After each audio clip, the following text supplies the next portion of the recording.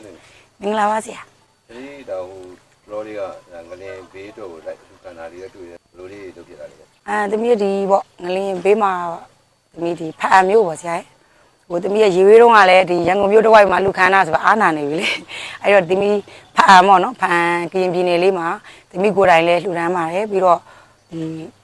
သမီးကိုယ်တိုင်လည်းပေါ့နော်တက်နိုင်တာလေးလည်းမတီးပြီးလှူဒန်းတယ်အဲ့ဒီအပြုံလည်းသမီးကိုယ်တိုင်လည်းဒါလူပညာတိုင်းဝိုင်းလေးအင်အားစုပေါ့တက်နိုင်တဲ့အင်အားစုလေး၄-၅ ယောက်လေးနဲ့လည်းကိုယ်တိုင်ပေါ့နော်ဘောက်တွေဆက်တွေငှားပြီးတော့လည်း9 ရက်တိတိအလူခံပေးပါတယ်ဆရာဟုတ်ကိုယ်တိုင်ဒါပေါဝင်လူလန်းလိုက်ရတော့ဟုတ်ကဲ့ဟုတ်ကဲ့ဆရာဟိုတပီးတို့ကပေါ့နော်ကိုတာဝန်လေးတစ်ခုပေါ့နော်ဟိုတက်နိုင်တာလေးကိုပေါ့ဝိုင်းဝန်းလုပ်ပေးရတယ်လို့မျိုးလေးစိတ်ကခံစားရတယ်ဆရာပြီးတော့ဘာဖြစ်ဖြစ်ဒီမြန်မာပြည်မှာရှိနေတဲ့ပြည်သူပြည်သားပြင်ဟိုတခြားပေါ့နော်ဒီပြပလူတွေကလည်းဒါသမီးတချင်းလေးဒီလီမဲမေလေးပေါက်တော့ကလည်းဒါ online ကနေပဲအများတန်းအားပေးနေတဲ့သမီးရဲ့ပေးသက်တွေလည်းပါခြင်းပါတယ်လေအဲဒါကြောင့်မလို့သမီးမှလည်းဘာဖြစ်ဖြစ်ဒီလိုဒုက္ခရောက်လာခက်ခဲတွေဖြစ်လာတဲ့အချိန်မှာသမီးကိုယ်တိုင်လည်းဒါ10 သိန်းမှတည်ပြီးတော့လူပေးတဲ့အပြင်ကိုယ်တိုင်လည်းလှူခံတယ်ပေါ့နော်အဲ့ဒီအားလုံးပေါင်းတော့မှဆရာ60လောက်တော့ကိုလည်းတက်နိုင်တာလေးတော့ပေါ့နော်60လောက်တော့ရပါတယ်စကိုင်းတိုင်းလေးကိုလူဖြစ်တယ်ပေါ့နော်တခြားဒီကရင်ခေါင်းဆောင်အဖွဲ့အစည်းကိုပဲအပ်ခဲ့တယ်ပေါ့ဆရာဘာပဲဖြစ်ဖြစ်ပေါ့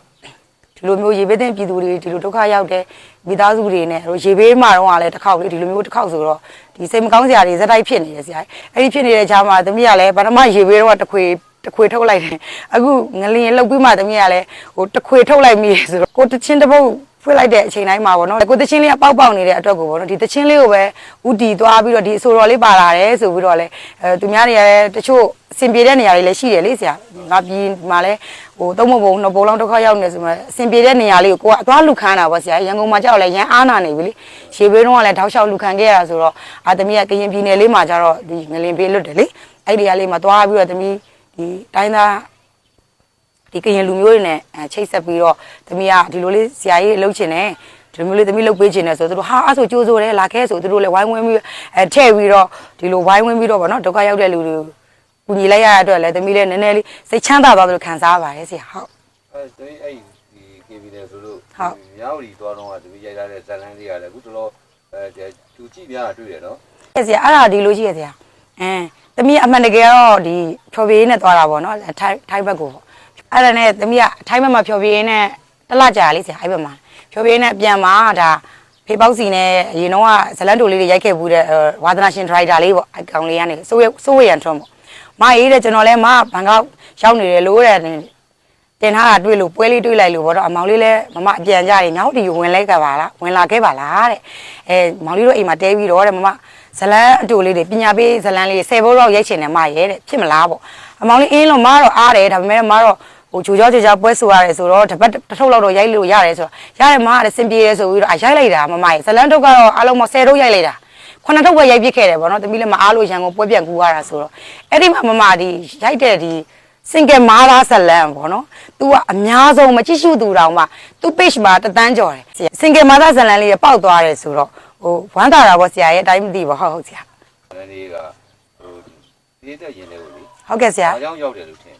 ်ဘာကြောင့်ရောက်တယ်ဆိုတော့သမီးအဲ့ဒီမှာဗောနော် तू ကယောက်ျားအောင်ရမ်းချစ်တာလေရိုးရိုးသားသားအတူတူဒိုးပေါင်းပဲလှုပ်ရှားနေရဲ့သားနဲ့ဟိုမှာယောက်ျားအရက်တောက်တယ်ဖဲရိုက်တယ်ဟိုလောက်ကောင်းကောင်းမလှုပ်စားဘူးပေါ့ကောင်မလေးကဝှလျှော်ကျွေးရဲအကျုံတလို့ဖြည့်ရှင်းပေးတယ်ဒါပေမဲ့ယောက်ျားတယောက်ကိုချစ်ပြီးတော့အနစ်နာခံတယ်ဟိုမိန်းမတယောက်ကဘာမှအပြစ်မပြောဘဲနဲ့ तू ကလုတ်ကင်ပေးတဲ့အခါတွေမှာယောက်ျားတယောက်ကဘလို့မြင်လာလဲဆိုတော့သူတို့မှဘာမှတာဝန်မရှိတော့ဘူးပေါ့နော်မိန်းမတယောက်ကငါ့ကိုတအားချစ်နေတာငါ့ကိုတအားဘာပဲပြောရတယ်ဆိုတော့သဘောမျိုးနဲ့ဘာကျွေးတွေတင်ပြီးဒီမိန်းမကိုထားခဲ့တဲ့ချိန်မှာအဲ့ဒီချိန်မှာအိမ်လားကလည်းပေးစရာမရှိအဲ့ဒီချိန်မှာတခါသူများစော်ကားမော်ကားပေါ့ကိုကိုလာပြီးတော့ထီကဘာကြီးကပြောလာတဲ့ခင်မှာကိုမမအိမ်မမရက်တီပေးတဲ့ယောက်ျားတွေမရှိတော့ဘူးမရှိတော့တဲ့အခါမှာဒီမိန်းမဘယ်လိုဆုံးဖြတ်လိုက်လဲဆိုတော့သူ့ကိုပေါ့အိမ်ရှင်ကပေါ့အိမ်လားကမပေးနဲ့ငါနဲ့တညအိမ်မလားဆိုအဲ့ဒီနေရာလေးပေါက်တာဆရာကိုယောက်ျားကိုပြစ်သွားစုပ်ပြတ်တက်ပြီးကိုကြံခဲ့တဲ့ဘဝပေါ့ဘိုက်တစ်လုံးနဲ့ကြံခဲ့သူများအထင်သေးဒါပေမဲ့လူကောင်းတွေကလည်းကူညီတယ်ပေါ့နော်မိန်းမတယောက်ဘယ်လောက်ပဲချစ်နာကြီးလာရင်ကိုကိုသစ္စာမဲ့လာတယ်နာကြီးလာတဲ့ဟာပေါ်မှာပေါ့မခံရင်စိတ်တွေမွေးပြီးတော့ခွန်အားဖြစ်ကိုရပြီးတော့သင်္ကေမားသားတွေနဲ့အနေနဲ့လဲဘဝကိုရအောင်ရက်တီပြီးတော့အောက်ကောင်းကိုလှုပ်ရှားပြီးတော့လဲအောင်မြင်လာနိုင်တယ်ပေါ့ဆိုတဲ့အရာလေးတွေပေါ့ဟုတ်ရှားခဲ့တာပါဆရာအဲ့ဒါလေးတွေပေါ့မင်းကလေးတွေအများစုပေါ့စင်ကယ်မားသားတွေအများဆုံးရောက်လာတာကဲရောက်ပြီမပြောလိုက်တာဒီအိမ်ပဲ အော်အေးမောင်လေးဟို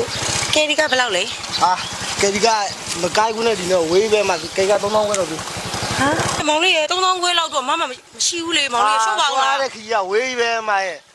မောင်လေးရေဟိုရှော့ပါဦးလားမောင်လေးရေ အာမအခုခေတ်မှာတီးရဲရောက်ဈေးကြီးနေရိုးချောရမှာတော့ မောင်လေးရေဒီလိုလုပ်လိုက်ပါလားဟိုမာကြီးဓမစားဖို့9000လေးတော့ဖယ်ထားပြီး3000လောက်တော့ယူပေးပါမောင်လေးရေနော် ဒီဗျာ ကျေးဇူးပါနော်မောင်လေး အဲ့လိုတော့တွား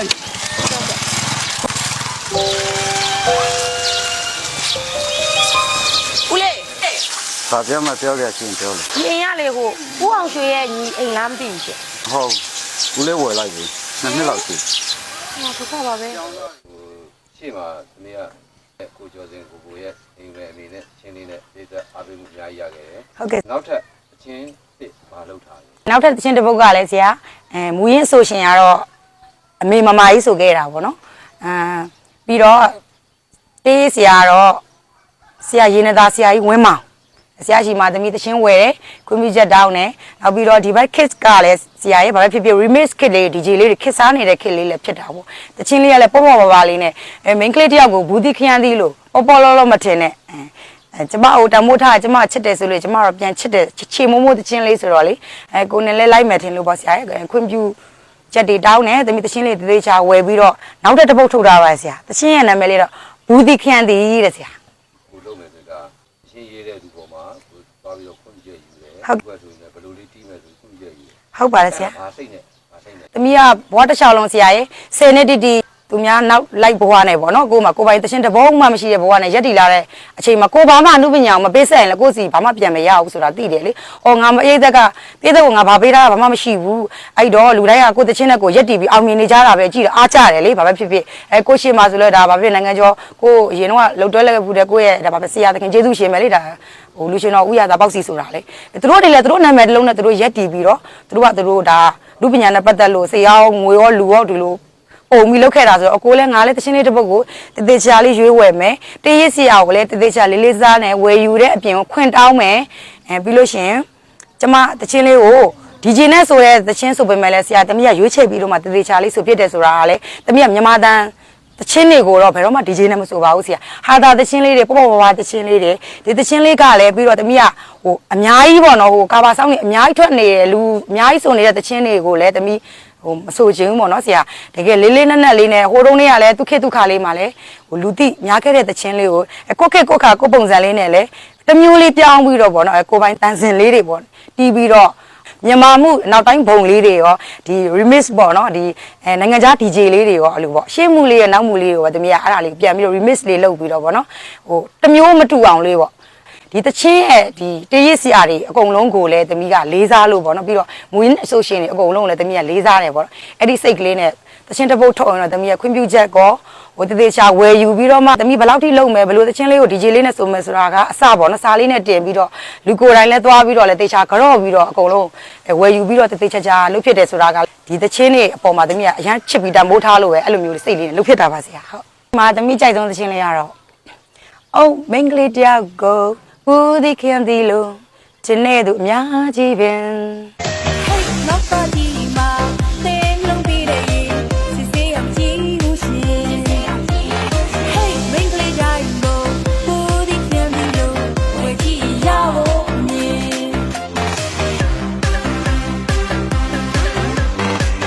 Chỉ để người đi say đi sơ ra,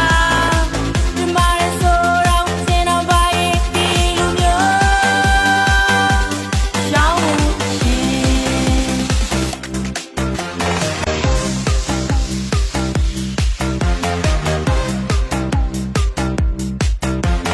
လောဆယ်ရောတမီးကတချင်းလေးကဟို MP3 လေးပဲလောက်ရသေးတယ်ဆရာဒီအခြေအနေမျိုးနဲ့ဆိုတော့တမီး MDB ရိုက်တဲ့အခါမှာလည်းဒီလေးဦးမမေတချင်းလေးပုံစံမျိုးလေးနဲ့မတူတဲ့သူကအဲ့ထဲမှာဆရာရဲ့တမီးက DJ Music System အနောက်တိုင်းပုံလေးတွေပါတယ်လေပြီးတော့ဒီမြန်မာ DJ နဲ့ရောပြီးတော့အနောက်တိုင်း DJ နဲ့ရောဒီသုံးမျိုးလေးဆက်ပြီးတီးထားတာဖြစ်တဲ့အတွက်ကိုတော့တမီးကအကောင်းဆုံးလေးပြည့်သက်ကို amazing ဖြစ်အောင်ပေါ့နော်စိတ်ဝင်စားပြီးတော့တကယ်ကိုကြည့်ရှုလို့ကောင်းတဲ့ရတာတစ်ခုဖြစ်အောင်လဲတမီးကအကောင်းဆုံးရိုက်ဖို့စူးစမ်းနေပါရဲ့လို့ဆရာဟုတ်ဒါပေမဲ့စိတ်ကူးလေးပဲရှိသေးတယ်ဆရာအကောင့်တယ်လေးတော့မဖွာသေးပါဘူး စကားဆန်ကိုဒီမဲ့အမေချင်းနဲ့ပြည့်စုံအားပေးမှုရလာပြီးတော့ကိုပိုင်အိမ်လေးလည်းတော့ဝယ်နိုင်တယ် ဟုတ်ဆရာ ကိုမိဘကိုလည်းကိုနဲ့အနီးကပြုစုခွင့်ရတယ်ဒီတော့ကြောင့်တ သမီးကိုအားပေးတဲ့ပြည့်တက်ကြီးနဲ့တရေဆရာကိုဘယ်လိုကျေးဇူးတင်ပါလဲ ဟုတ်ကဲ့ပါဆရာနံပါတ်1ကတော့သမီးတေးဆရာကိုသမီးကျေးဇူးအများကြီးတင်ပါတယ်ပြီးလို့ရှိရင်သမီးကိုအားပေးတဲ့ဒီ online ပေါ်ကလည်းဆရာသမီးကအမှန်တကယ်ကတော့ YouTube ရဲ့ TikTok ကတော်တော်များများဒီ